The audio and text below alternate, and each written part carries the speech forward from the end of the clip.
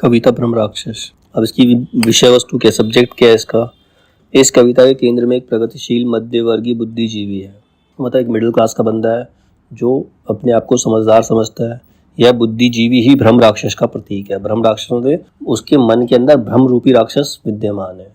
यह भ्रम राक्षस ज्ञानवान है, लेकिन उसके ज्ञान का उपयोग समाज के हित में नहीं हो सकता, क्योंकि वह एक प्रत्यक्त सूनी बावड़ी अर्थात किसी सूने तालाब में कैद पड़ा हुआ और स्वयं में उलझा हुआ है। मतलब खुद से ही उलझा हुआ है। उसके अंदर ज्ञान है, सब कुछ है, लेकिन वो कुछ कर नहीं पाता क्योंकि वो उलझा पड़ा है।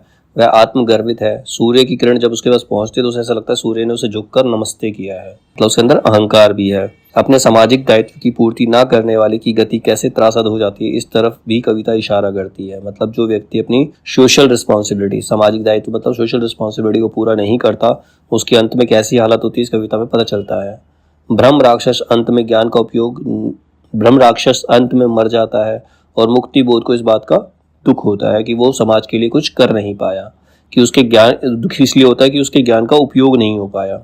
मुक्ति बोध ने स्वयं ब्रह्म राक्षस का शिष्य होने की आकांक्षा व्यक्त की है। मतलब वो खुद को ब्रह्म राक्षस का शिष्य मानता है और वो खुद को ही ब्रह्म राक्षस भी मानता है। कविता का शिल्प क्या है, काव्य रूप है इसका। ये एक लंबी कविता है। लंबी कविताओं की तरह भाव श्रृंखला के कारण लंबी नहीं हुई, मतलब उसमें लाइनें अधिक नहीं है, बल्कि समस्या का संपूर्णता से विश्लेषण करने के प्रयास में ये कविता लंबी हो गई है। अब इसका प्रतीक क्या है, अंधेरे में कविता, कविता की तरह यहाँ भी मैं और वह का द्वंद्व है। ब्रह्म राक्षस के विभाजित व्यक्तित्व का प्रतिनिधित्व करता है। मतलब वो ब्रह्म राक्षस में दोहरा व्यक्तित्व है, डबल पर्सनैलिटी है।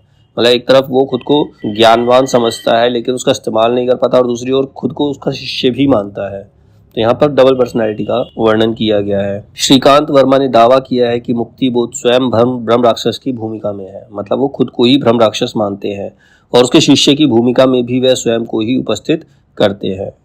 ब्रह्म राक्षस उस मन का प्रतीक है जो आदर्शवादी, आग्रही और व्यक्तिवादी दबावों के बीच पिसकर घुट जाता है, जबकि मैं या ब्रह्म राक्षस का शिष्य समझ चुका है कि कोई भी व्यक्ति अपनी व्यक्तिगतता में पूर्ण नहीं हो सकता, कोई भी व्यक्ति अपने आप में संपूर्ण नहीं हो सकता, कंप्लीट नहीं हो सकता। इसके अतिरिक्त सूनी बावड़ी, कोठरी जनजीवन से कट जाने के प्रतीक है। मतलब वो समाज से कट चुका है और एक एकांत में चला गया है, इसी वजह से वो अपने ज्ञान का प्रयोग नहीं कर पा रहा है। अखंड स्नान भी अपराध बोध जैसा ही प्रतीक है। अब इसे फैंटेसी का प्रयोग कहाँ किया गया है, वास्तविकता के अनावश्यक वर्णन से बचने के लिए और चीजों को समेटने के लिए इसके अंदर फैंटेसी का प्रयोग किया गया है। बिंब योजना भयानकता एवं रहस्यात्मकता को धारण की, मतलब कविता में भयानकता और रहस्य दिखाई पड़ता है। सामान्य जीवन, भौतिक विज्ञान, गणित, प्राकृतिक दृश्यों आदि का प्रयोग इसके अंदर किया गया है। ठंडे अंधेरे मन की अभिव्यक्ति गहराइयों का प्रतीक है। जो मन ठंडा हो जाता है, अंधेरे में रहता है, उसके अंदर उसके मन में बहुत गहरे दुख होते हैं, इस वजह से वो ऐसा हो जाता है। अब ब्रह्म राक्षस की महत्वपूर्ण काव्य पंक्तियां क्या क्या हैं। विगत सत्पुण्य का आभास, जंगली हरी कच्ची गंध में बसकर हवा में तैर बनता है गहन संदेह, अनजान किसी बीती हुई उस श्रेष्ठता का जो कि दिल में एक झटके से लगी रहती है।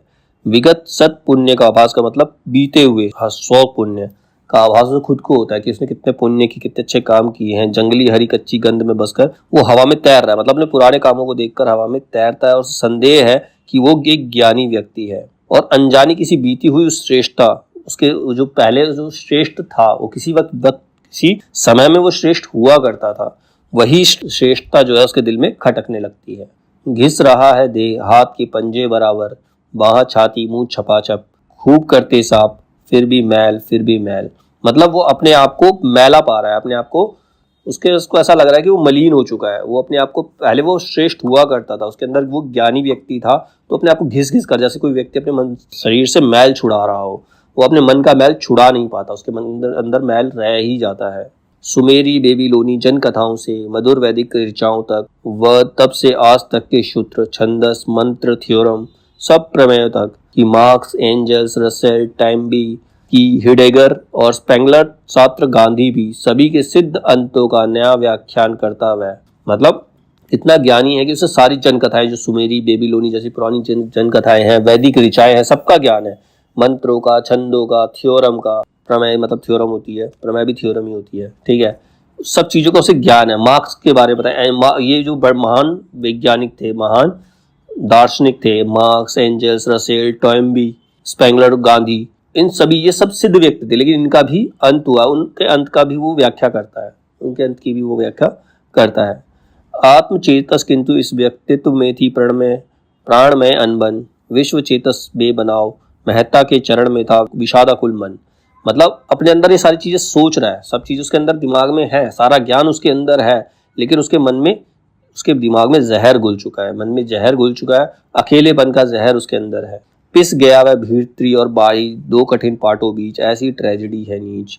मतलब वो खुद ही में ही, अपने ही द्वंद्वों में, अपने ही बातों में पिस करके उसका खुद का अंत हो जाता है।